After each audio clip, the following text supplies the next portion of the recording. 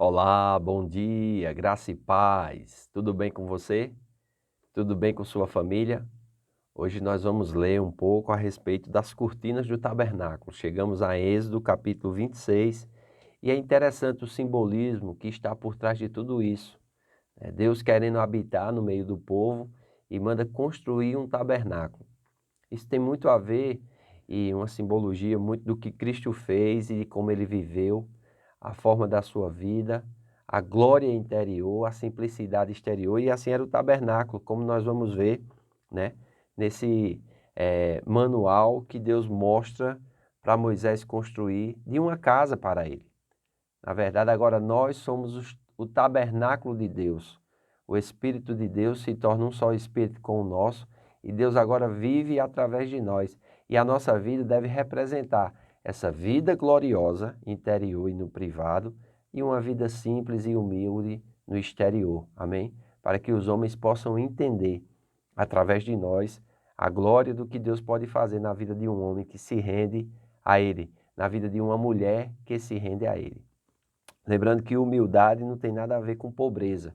Amém? Uma coisa não está ligada à outra. As cortinas do tabernáculo, que também vai ser explícito lá em Êxodo, capítulo 36, dos versículos 8 a 18. Então, diz o texto bíblico: Farás o tabernáculo, que terá 10 cortinas de linho retorcido, estofo, azul, púrpura e carmesim. Com querubins as farás de obra de artista. O comprimento de cada cortina será de 28 côvados e a largura de 4 côvados. Todas as cortinas serão de igual medida. 5 cortinas serão ligadas umas às outras e as outras 5 também ligadas umas às outras. É interessante que ele vai mostrar aqui que a cortina interior ela vai estar ligada uma à outra. Era uma cortina realmente grande para aquela época. E é interessante, ele vai mandar colocar aqui nas cortinas querubins, vai mandar colocar orlas de ouro, né? E é bem interessante.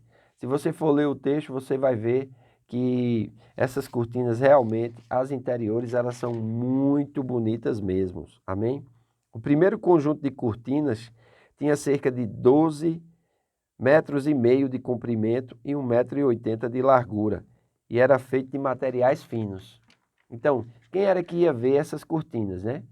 Os sacerdotes e o sumo sacerdote quando entrasse no Santo dos Santos. Então, a tenda sobre o tabernáculo já era uma cortina de peles de cabra de cerca de 13 metros de comprimento e 1,80 m de largura. Era usada para proteger o conjunto de cortina. Então, essas cortinas finas que estavam na parte, vamos dizer assim, inferior do tabernáculo, ela iria ser coberta por outro grupo de cortinas, né? Então lá no versículo 14, ele vai começar a falar aqui. Já no versículo 7, ele vai dizer aqui, olha, farás também de peles de cabra cortinas para servirem de tenda sobre o tabernáculo.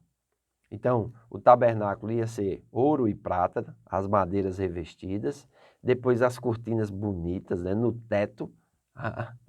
Quando o sacerdote olhasse para cima, ele ia ver aquela cortina com querubins, azul, púrpura, muito bonita.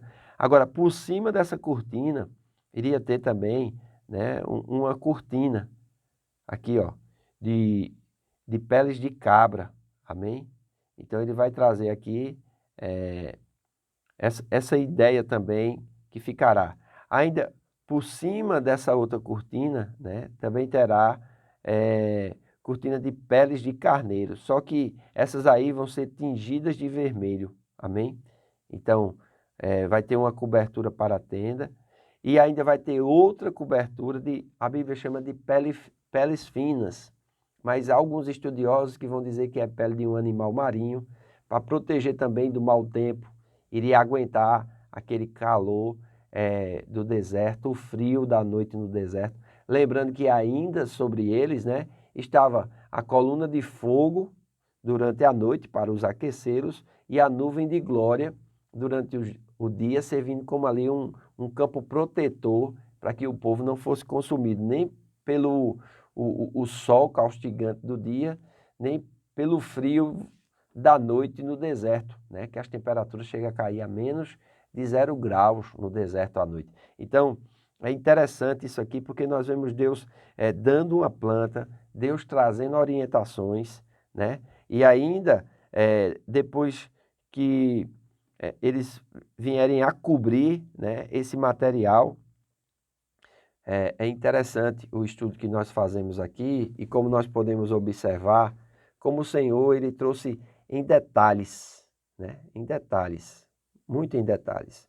Então essa estrutura do edifício, por cima do esqueleto, eram estendidas 4 grandes cortinas que formavam o teto e protegiam a casa de ouro, assegurando contra o vento e o mau tempo.